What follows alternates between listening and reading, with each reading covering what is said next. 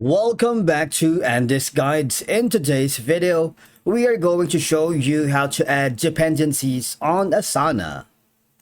Let's begin. Now, the first thing that you need to do is to log in using your credentials. If this is your first time here on Asana, I need you to click the sign up option. And from here, just follow the on-screen instructions and you're good to go.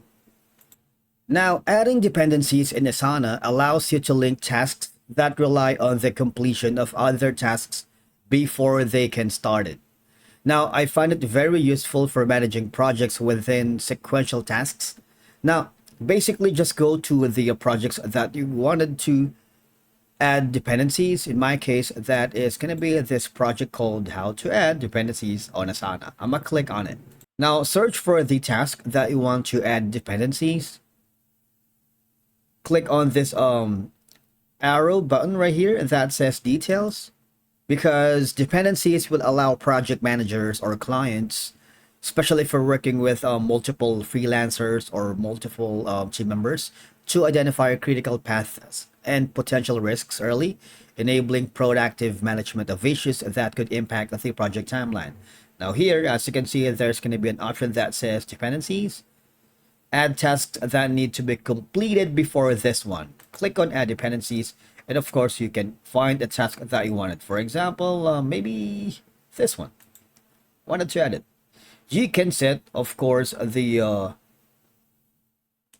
this one, the finish to start, FS, or finish to finish, FF, start to start, SS, and start to finish. All right, so it's all up to you, whatever you want it.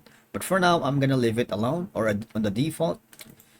Right now on this section, right, you can add another one if you wanted. For example, I'm going to add another dependencies like this one. All right, and of course, you can add multiple dependencies if you wanted. Click this button right here, because it makes it easier to track progress by providing a clear visual representation of task relationships in the timeline.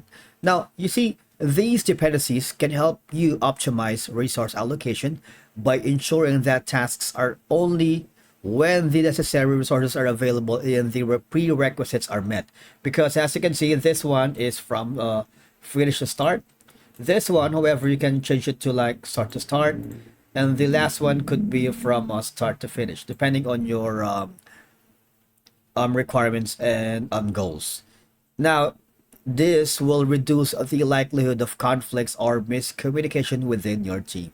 That's it for today's video. Thank you so much for watching. We will see you again in the next one.